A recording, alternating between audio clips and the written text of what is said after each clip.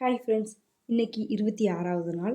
இன்னைக்கு என்ன hair pack பார்க்க போறோம்னா, முருங்கைக்கீரைய வச்சு தான் நம்ம ஹேர் பேக் போட போறோம்.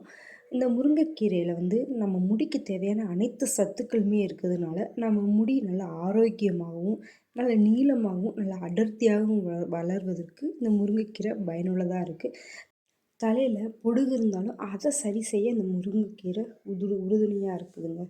இந்த முருங்கைக்கீரைய ஒரு கப் அளவு எடுத்து நல்லா வாஷ் பண்ணி எடுத்துக்கோங்க.